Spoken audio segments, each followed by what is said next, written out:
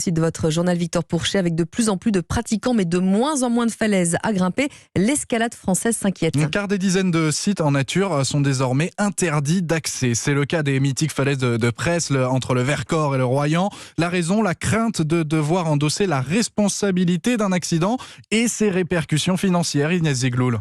Au pied des falaises, escalade interdite, les écriteaux s'enchaînent, alors Hugo doit désormais parcourir le Vercors à la recherche d'une voie praticable. C'est frustrant parce que c'est une logique administrative. Oui, il y a un risque de contamination et qu'on puisse plus grimper sur des zones entières. Les sites ne sont pas forcément nécessairement dangereux en fait. Pourtant, il y a 13 ans, le drame, un bloc de rocher se décroche d'une paroi à Vingros dans les Pyrénées-Orientales.